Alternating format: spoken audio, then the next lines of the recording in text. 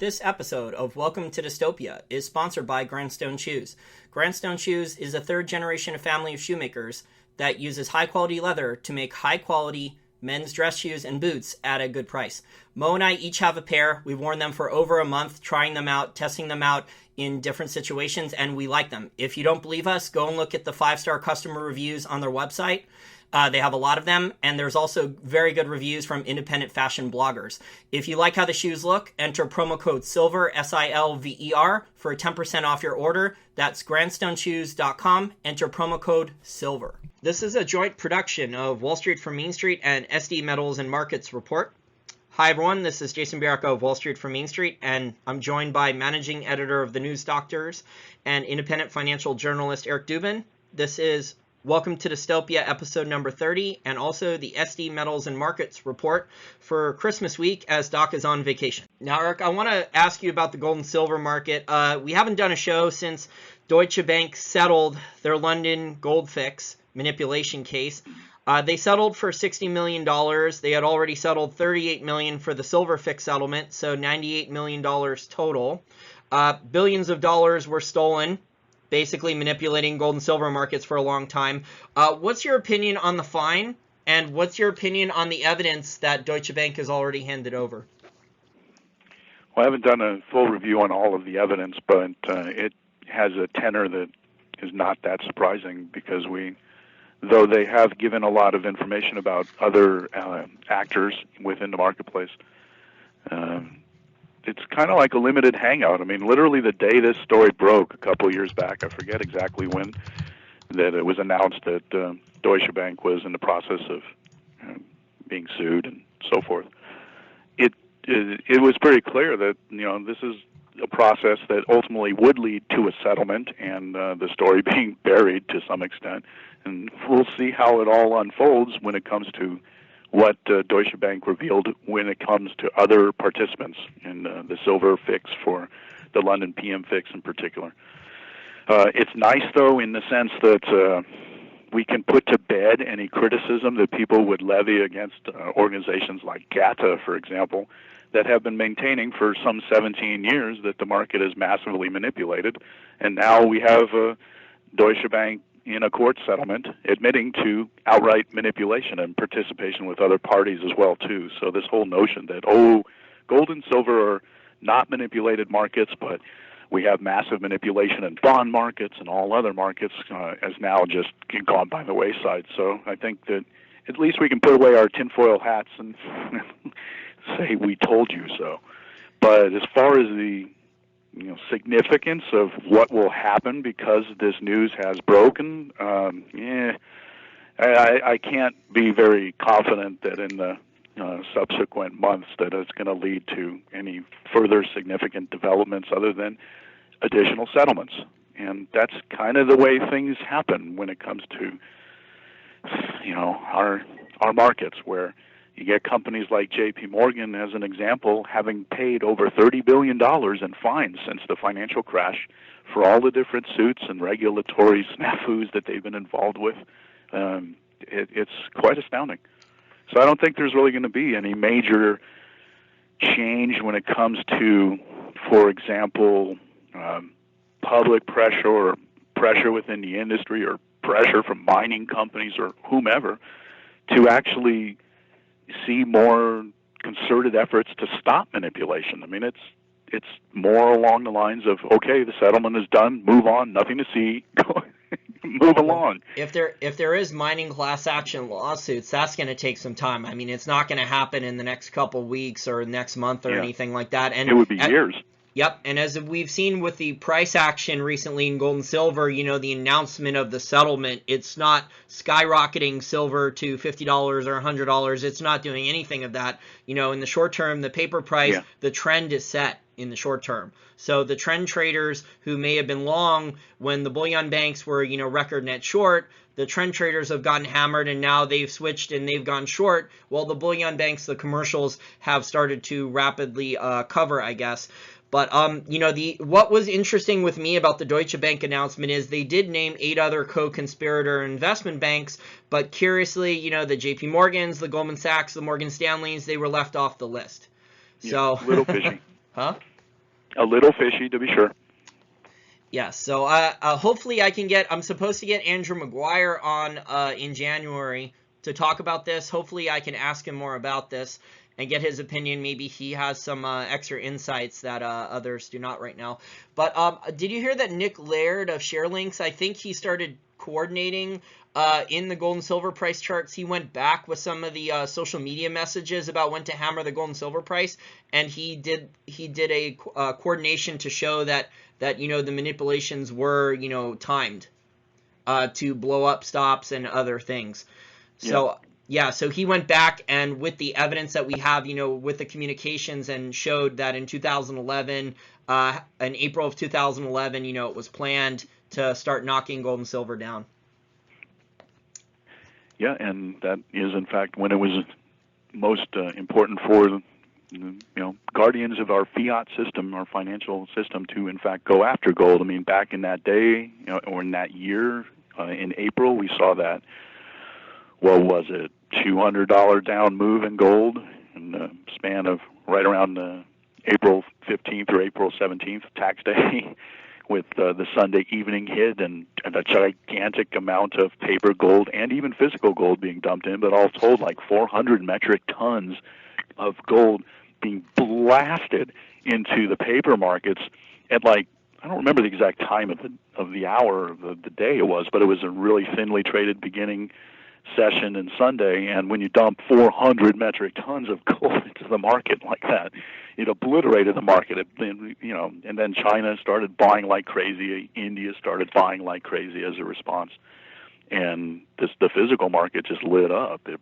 created quite a problem for the interests that seek to keep gold under wraps.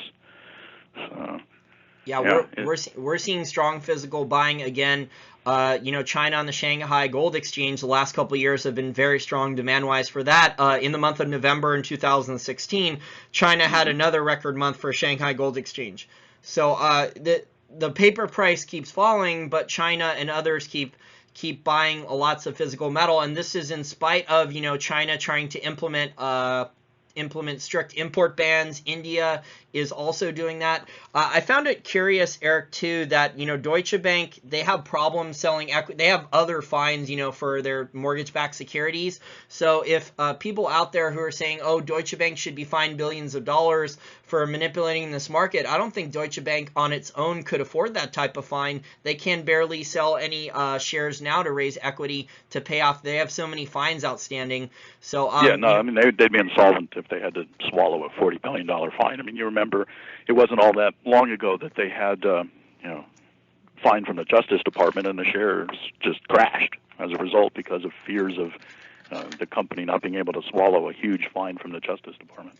Yeah, I'm not even sure Deutsche Bank could afford a $1 billion fine on their own. I mean, at this point, things are that dire over there. At some point, the ECB, with probably help from the Federal Reserve, is going to have to do some type of backdoor bailout.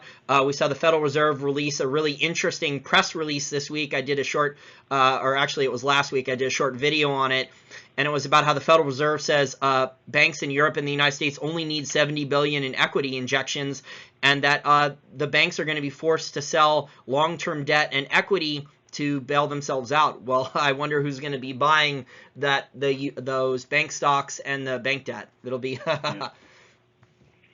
We should circle back to the point about China, though, because it's relevant to what we're seeing in markets right now. I mean, right now, the premium on gold being sold into China, people are paying over $40 for the worldwide spot price, and that just is proof positive of the strong physical demand that's happening in China.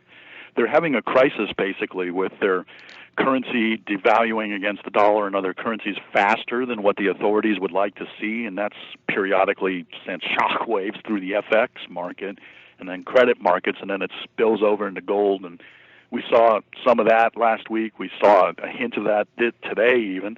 Not so much today because the superstar in terms of what actually was moving markets today was the Japanese yen declining against the dollar in response to the Bank of Japan announcing that they're not going to, change any monetary policy stance. And the yen declined against the dollar earlier today by about 1%, which is a gigantic move in currencies. And we saw silver just get lionized and crashed below 16 yet again, and it bounced all the way back. So, I mean, the fact that we're sitting and recording here, end of the day, New York session is over. It's December 20th. We're moving towards a really quiet period for the rest of basically this whole year. And we still see that kind of a snapback in silver. That's very positive to see, considering how much tax loss selling is going on and how much fear there is in the marketplace when it comes to an ever-increasing dollar. As a lot of people are really worried about that dynamic as the Federal Reserve keeps threatening of raising interest rates and on and on and on. Despite all of the chaos that we're seeing, it still looks like precious metals are hanging in there reasonably well. And, you know, we're now at a relative high in the dollar index of over 103. 14-year high. That. Yeah, we're going to be testing that.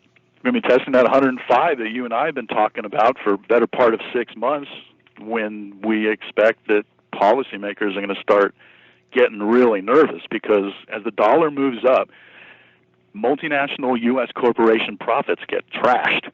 And with the kind of valuations that we have in the stock market for standard equities, you know, S&P 500 universe style, and with what I expect to see, you know, maybe 100 basis point increase to the 10-year bond within the next 9 months, that is going to be really dangerous when it comes to standard equities. And that's going to also be a real big positive for precious metals, too, as people seek out true exposure to being outside of inflated assets in the financial markets.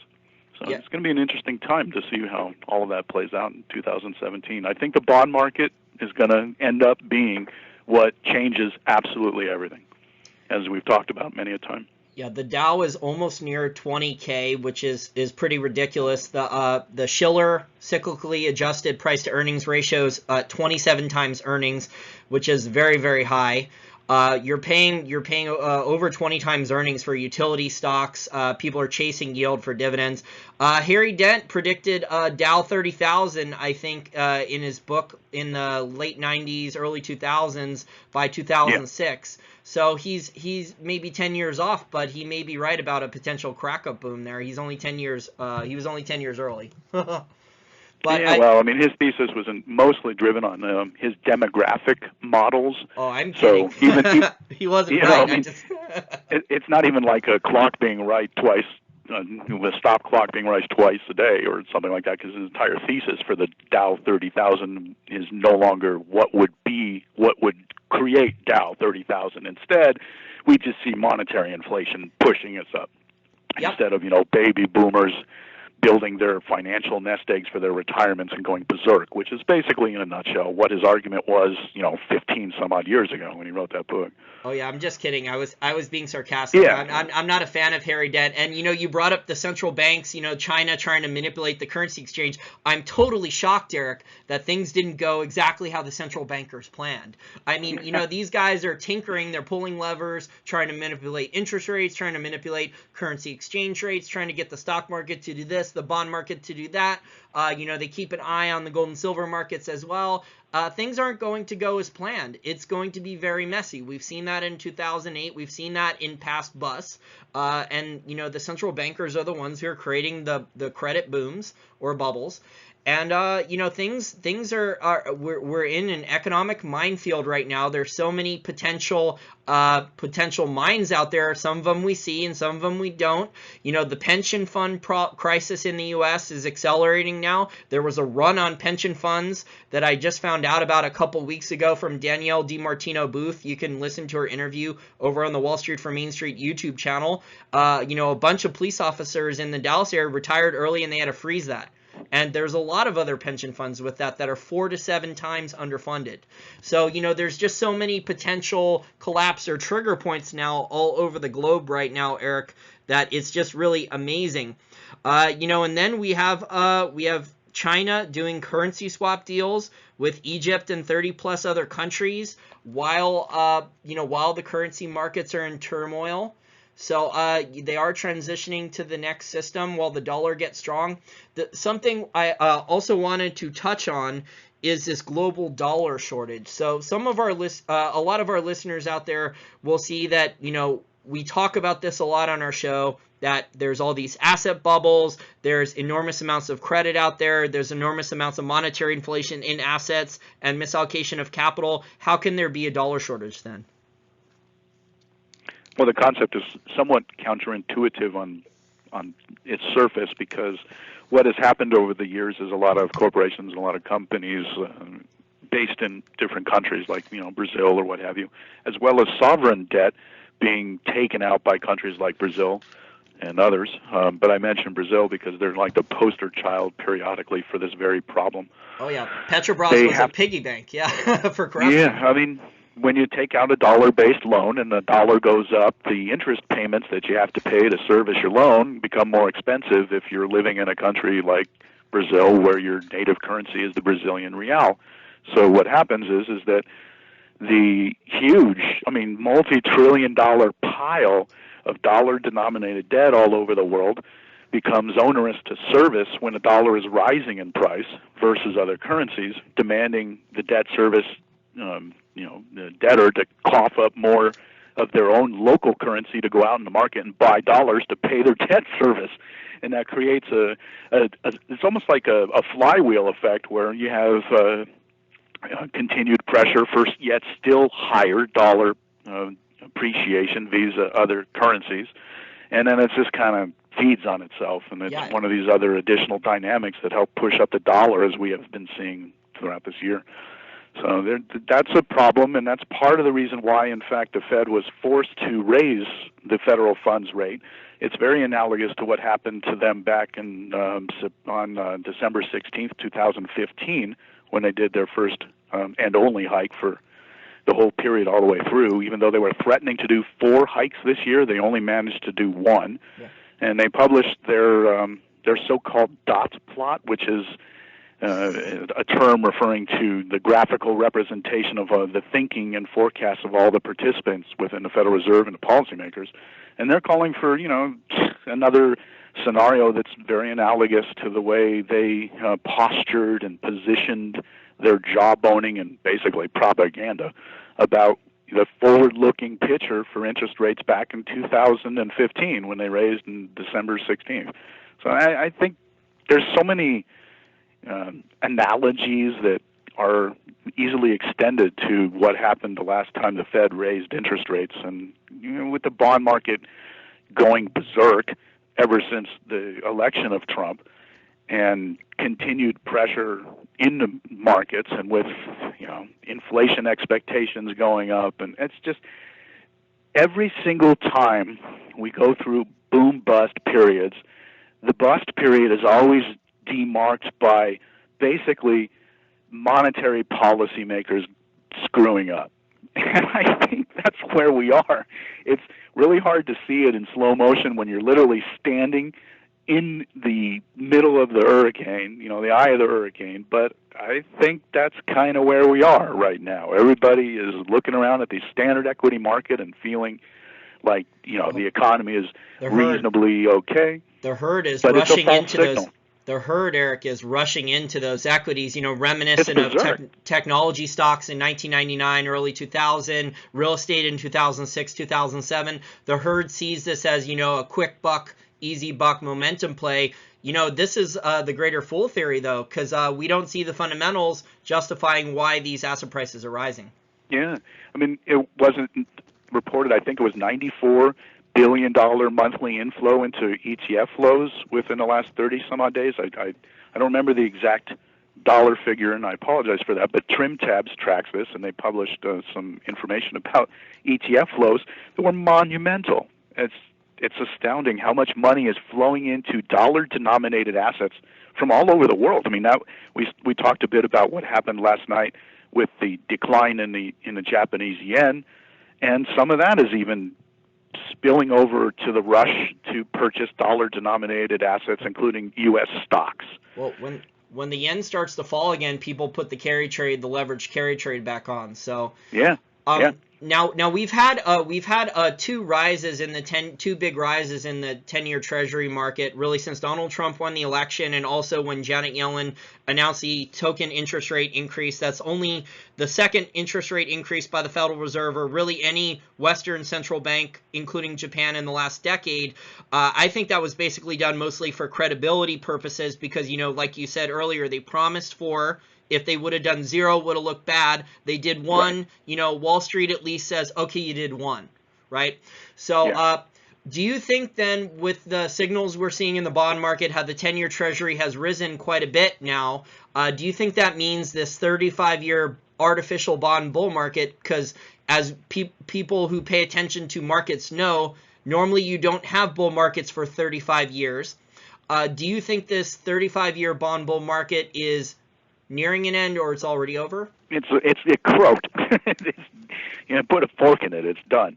I mean, it just started to turn back in the summer, and I made my formal forecast that 2017 the bond market was going to explode, and here we are. We already, now that we're on the other side of the election, we can already see that process unfolding. We have something like 70 basis point move in the bond market, U.S. Treasury market, ever since the election. That's huge, and it's only been a month. It's unbelievable how things have changed so quickly. It was one of the biggest moves if ever in the bond market. It's huge turmoil, and the entire span of this bond market, 35+ year bull market, was not entirely artificial. I mean, the majority of it actually was organic and very much a real bull market. But ever since we had the financial crash in 2008, and in particular ever since the QE programs and the asset purchases by the Federal Reserve to support the bond market, and all of the purchases around the world when it comes to, the byproduct of other central banks dumping in monetary stimulus, that has created the biggest bubble in human history. The bond market is the biggest bubble in human history. It's insane. And it is in the process of leaking out air right now. And I think in 2017, it's going to be a gigantic problem. And it's going to end up whacking all other markets.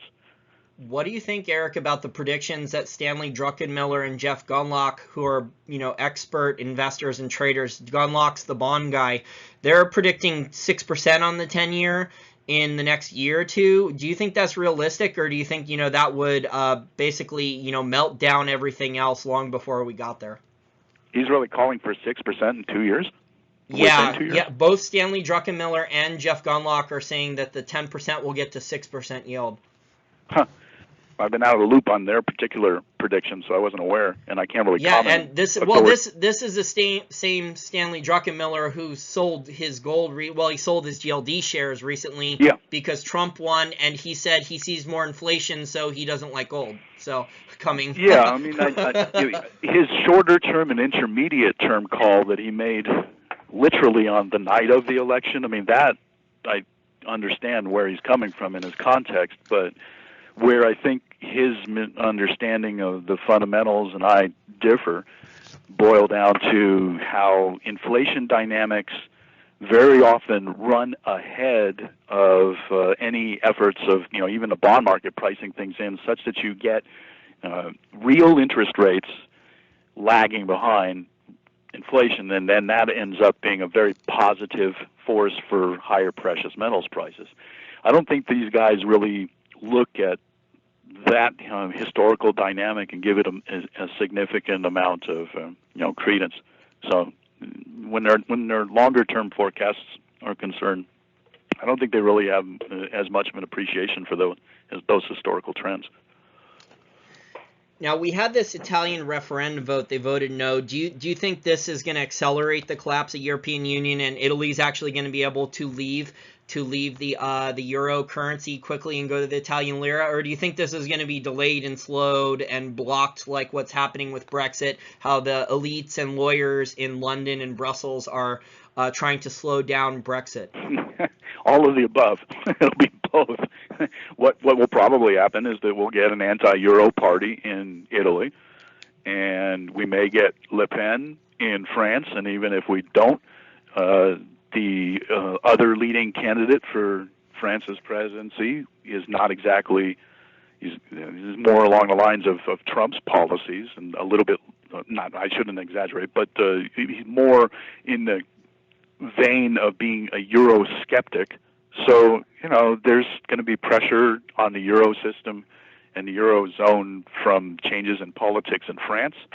And then we have Brexit laying in the background. That's going to continue to make the whole situation with Europe a question mark. I think that the Italian banking system problems are going to assert themselves next year, and there's got to be something that'll address those things, as well as even companies like Deutsche Bank. What we'll probably see, and this is something that we've talked about a lot of times on our shows, is that we're going to see the euro splinter, and that there will be a core euro with a Germanic core, and probably countries like Holland and Austria and others that will be a part of a more slimmed down euro system at some point in the future. It's really hard to say when that's going to happen. Germany also has had basically a subsidy where the euro, because of the inclusion of all of the quote unquote pig countries, the countries that are less fiscally responsible and so forth, have essentially made the entire eurozone benefit Germany as a powerhouse exporter, because the euro, as a result of all of this financial turmoil over these years, has been a weaker currency. Germany actually benefits from the euro getting harmed from all of the problems. And so you have a kind of confluence of political dynamics that are somewhat contradictory. Well, I think all this is going to flesh out pretty soon. Well, large German corporations benefit from a weaker currency to export, but German citizens are not doing quite as well unless they have a good corporate job.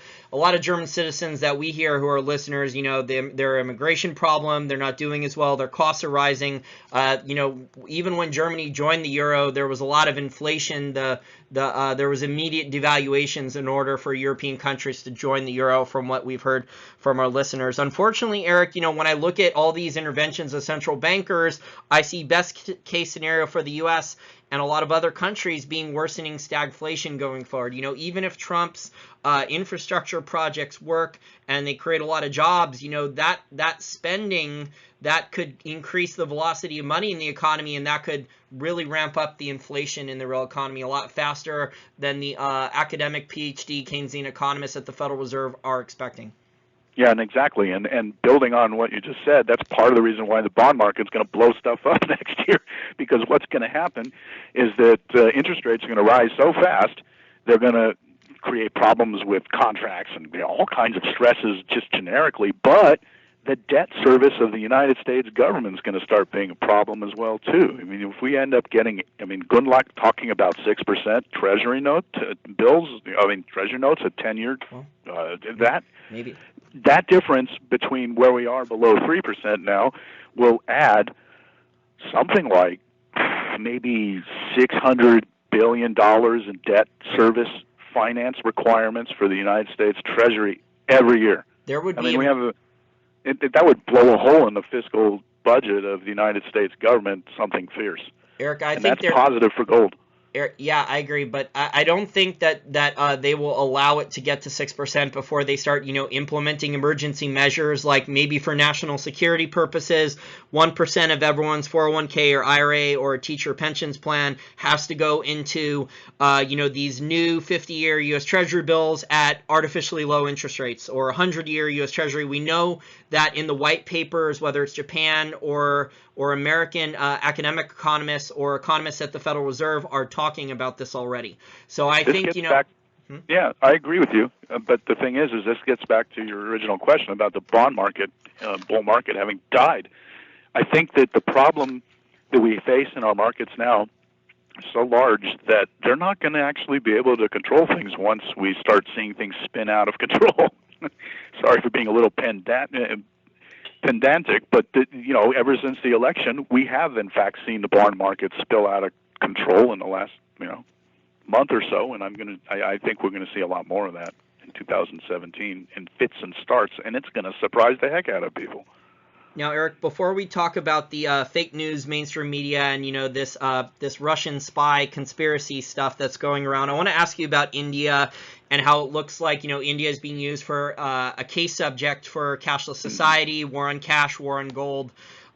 We've seen premiums rise rapidly on India. The games that are being played by Modi's government, whether I think they intentionally made cash that wouldn't even fit in the ATM machine. Hundreds of people died of starvation. Businesses, tens of thousands of businesses in India, and they're a cash economy, so they don't do a lot of digital transactions or credit cards or debit cards unless they're tourists. Those things are slowing or shutting down.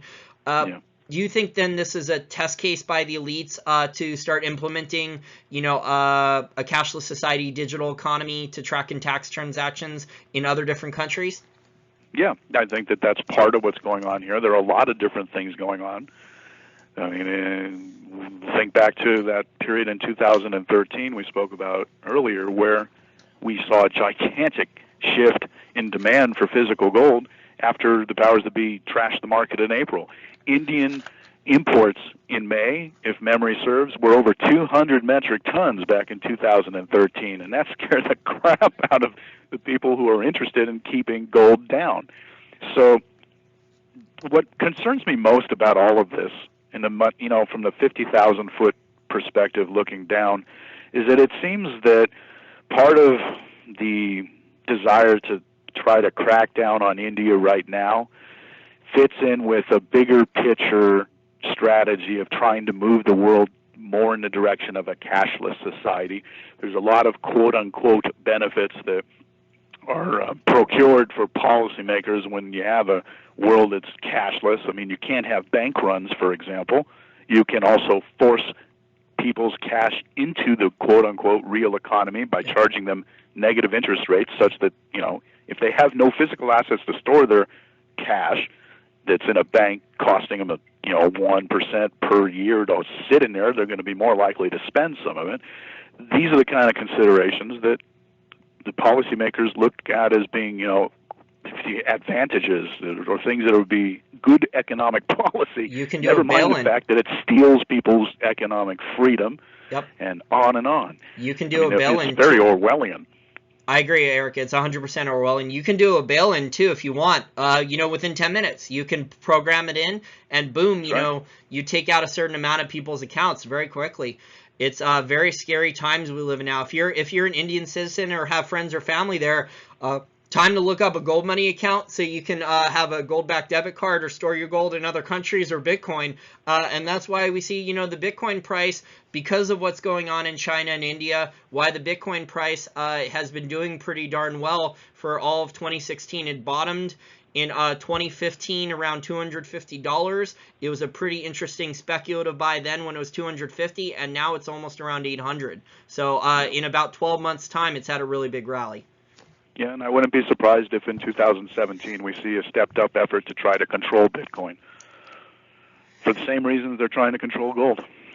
It's definitely possible. Well, we also know, Eric, that they're trying to hijack the blockchain technology, and governments are testing it for their own nefarious purposes. So yes, they're gonna try to take the best pieces of Bitcoin's blockchain technology and hijack that. Wall Street's testing it out for their own private blockchain and databases, and governments are also looking at that for government digital currencies as well, probably with backdoors, so the government can create as much extra currency as it wants and lie about the supply so people can't see as well. Welcome to Dystopia, though, right? Where the government announces something in public, like the Patriot Act or any of a number of things, right? And it's normally the exact opposite in practice. When I said a couple of years ago in reference to Bitcoin that the problem will be the on-ramps and off-ramps to normal commerce interactions. I mean, it's all well and good to have a cryptocurrency and have it completely private and whatnot, but when you actually try to use it to buy something, governments automatically have the potential to make your life miserable and more importantly, actually, make the merchants' lives miserable with hyper regulations and tax issues and so forth. That's where the governments will always have leverage over Bitcoin, and a lot of people who are Bitcoin advocates don't give enough appreciation to the fact that that's how Bitcoin can, in fact, ultimately be stopped. If it's really difficult to make transactions with any significant, retail store on the internet or in the physical brick and mortar world, once Bitcoin becomes a little bit more prevalent and so forth, it all of a sudden reduces the functionality of the currency in and of itself. And I think that's where governments are going to start, applying their natural leverage, because that's where they can, in fact, exercise leverage, even though it's a cryptocurrency and it's outside the system. So, I don't know. It's hard to see how those dynamics are going to unfold, but I think we'll start seeing a lot more efforts to even attack Bitcoin in 2017 as well. And it's going to be in the context of this war on cash. Well, if the IRS has already implemented rules where if you pay for a cup of coffee with Bitcoin, you have to track when you bought either that entire Bitcoin or that piece of Bitcoin, and you have to get software or some other tax preparer to look up the capital gains that you made from when you purchased the Bitcoin to when you sold it to buy the cup of coffee. So every little transaction now you use for Bitcoin to pay with it, it's going to become a pain in the ass. I know there's software companies out there, but some people may not want to use those. So, you can imagine that times 10, because you know that the IRS can easily come up with multiple ways of adding extra regulations. Well, but then even imagine on top of that, flat out pulling the national security card. The United States government declares that Bitcoin is being used illicitly to transfer funds for terrorists or whatever, and they literally make it illegal for vendors to accept Bitcoin. That scenario is very possible. Only felons and criminals and drug dealers use Bitcoin, just like only drug dealers and felons and criminals use cash. That's what Ken Rogoff and Larry Summers, these elitist academic economists, are saying. They were just on Bloomberg, at least Ken Rogoff was recently. They were asking him about Trump, if that affects, his cashless society agenda that he wrote about in The Curse of Cash. People are waking up that what the government is trying, but the government, they have the guns. So they have the force. Government has force. And, the people out there say, oh, government's inherently good. Well, people don't think you're a criminal now, but the definition of a criminal is going to change. Look at what's happened in past financial panics in different countries when people were trying to save themselves, right? Just to get food on the table. They were speculating on currencies, whether in Argentina or the Weimar Republic. They were illegally doing currency speculation in order to save their lives and put food on the table. So, this is crazy. We live in dystopian times, Orwellian times now, Eric. And, that where we have, like I said, things that are named. The Patriot Act has nothing to do with freedom and patriotism. NAFTA, the North American Free Trade Agreement, had nothing to do with real free trade. It was all about corruption and cronyism. Obamacare, he promised it wasn't a tax and that your bills wouldn't go up. These things are all lies. And that brings us to, the last piece of propaganda, the big one now. That you were, I don't know how you view it exactly. I was going to ask you about this, whether you view this as a badge of honor or you're scared. You're going to have to hire a lawyer. Is this fake news McCarthyism style witch hunt that the Washington Post and others are now propagating, how the News Doctors was named on the list of, 200 fake news websites that are supposedly part of a sophisticated Russian propaganda scheme? Yeah. It's actually more than 200 sites now, and there are individuals that are named. The universe that is being targeted includes even huge websites like Zero Hedge, pretty beefy distribution reach of Silver Doctors, the News Doctors, Ron Paul's entire media empire, and in fact, Ron Paul directly as a person is being accused of being basically a Russian dupe and serving the interests of Russians in support of Trump and on and on. And I even see in the server logs and Google Analytics some pretty interesting stuff that I'm going to be making public later.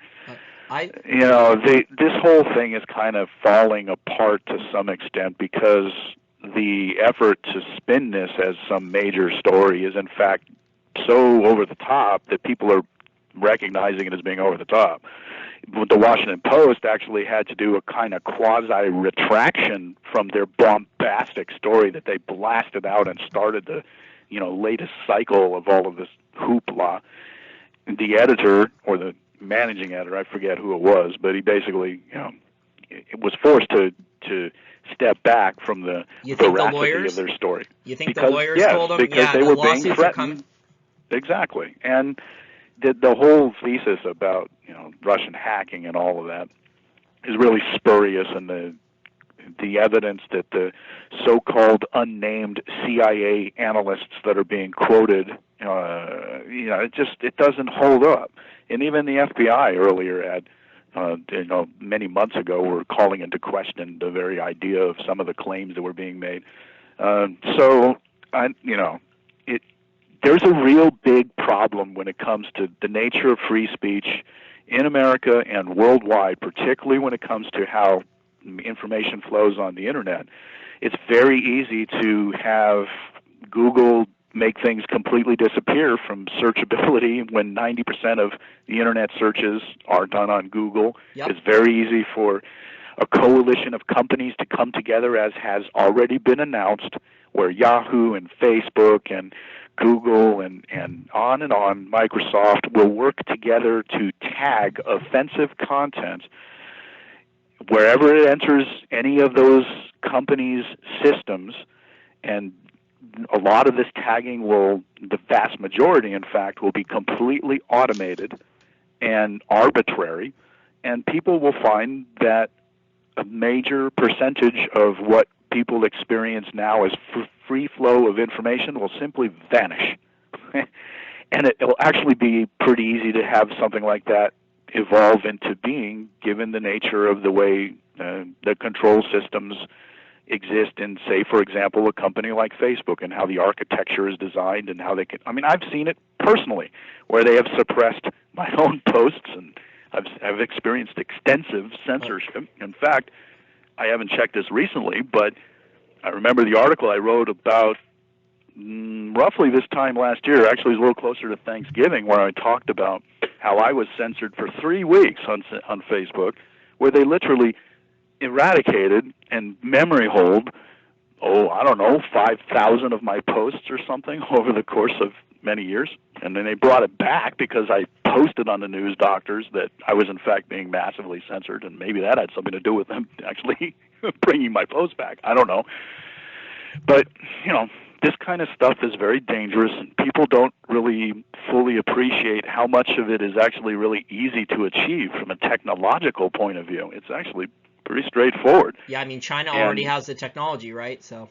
Well, yeah, China's a little bit different because they literally control the broadband routers, and the kind of architecture control that they wield in China is overt, whereas the United States certainly has the same control when it comes to knocking on the door of AT&T and other companies that control the backbone of the internet, and they can literally control the internet. They even have legislatively law already on the books where, in a time of crisis, quote unquote, they can literally shut the internet down. Our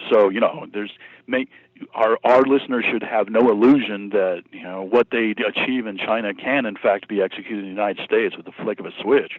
But what happens in Western cultures is that the form of censorship is a little bit more subtle, and it also is social engineering as well too. I mean, that's what this whole nonsense in the post-election cycle demonstrates really crystal clearly too. I mean, we had all of those Hollywood actors talking about how all of the Trump electors had to change their votes and all, and on and on and on, and hate speech in particular, and terrorism, anything that will be able to be labeled as something that is content that is just offensive.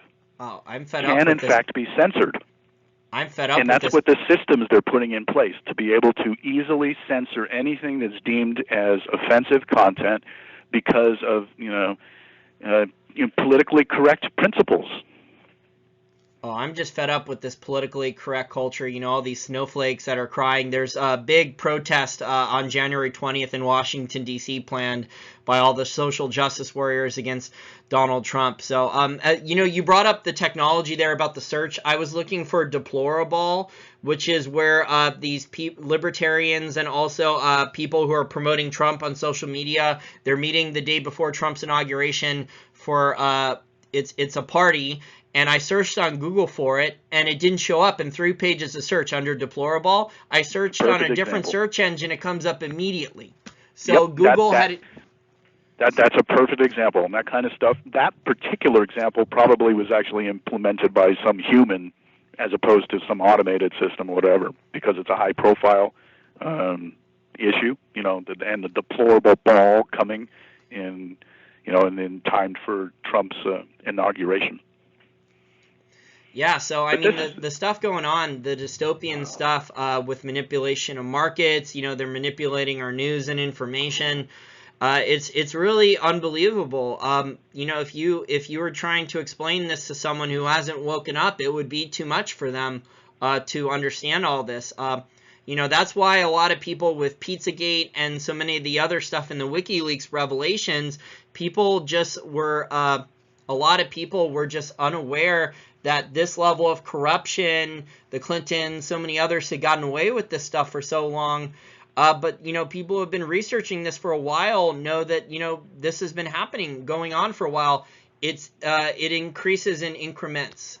So, the people you brought up social engineering. I mean, this social engineering has been going on for a long time. And when enough people voice out against it, it takes a step back. They wait it out.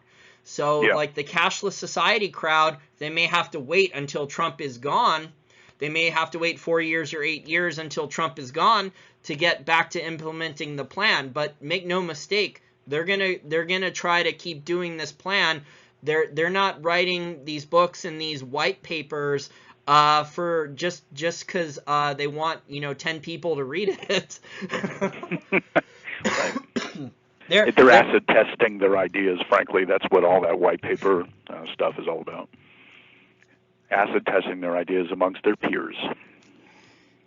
Yep, and we're in a scary real world live science experiment where these their technologies can be used for good, amazingly great things that can help society, lower costs, make your life easier, but they can also be harnessed for propaganda and other market manipulation and other nefarious purposes. So we live in this dystopian society. This is episode number 30 of Welcome to Dystopia, where not only do we talk about gold and silver markets and manipulation and investing opportunities, we also look at interesting current events and corrupt politicians and corrupt governments and corrupt bureaucrats. Just so that way, instead of crying about all this, we can maybe have a few laughs here at the end of the show. Yeah, we always joke about it's always better to make fun of what's going on as opposed to being depressed. So Doc is on vacation now, and he's enjoying a little R&R and his Christmas break. And I talked to him earlier today, and we may sneak in a quick show tomorrow, and we're recording this again on December 20th. And if we have the time to do that, we'll cover what we normally do in our SD Weekly Metals and Markets report, where we touch on what's going on with physical demand trends that SD Bullion is seeing and whatnot from their bullion desk, which is always telling. So maybe in the least I'll get some information from Doc and put out an article to talk about what may be happening with premiums, because that in particular is something that I'm curious about, particularly when we're seeing $40 overnight premiums in China and all of the craziness that is going on in India with the huge amount of smuggling. And by the way, smuggling might even top 500 metric tons of gold in 2017. I can easily see where that scenario will unfold. So, we may do one other show as well next week because Doc will be on vacation. But this is a fill-in show, and anyone who is not up to speed with what Jason and I do, we record shows periodically, about once every 2 weeks. And Welcome to Dystopia is our show. Yep, and you've been listening to episode number 30 of Welcome to Dystopia. I hope you guys enjoyed it over on the Silver Doctor's channel. And go and check out the Wall Street for Main Street YouTube channel if you're not familiar. We have the Welcome to Dystopia show, which is our gallows humor show, mixed with market news and analysis. And I also interview a lot of other experts on many different topics besides just precious metals, value investing, technology, energy markets, global macro, and Austrian School of Economics. Okay, guys, well, that's it for today. Well, Eric and I want to wish everyone a Merry Christmas and a Happy Hanukkah, and if you don't celebrate those, Happy Holidays as well. And enjoy your time off this weekend if you have time off.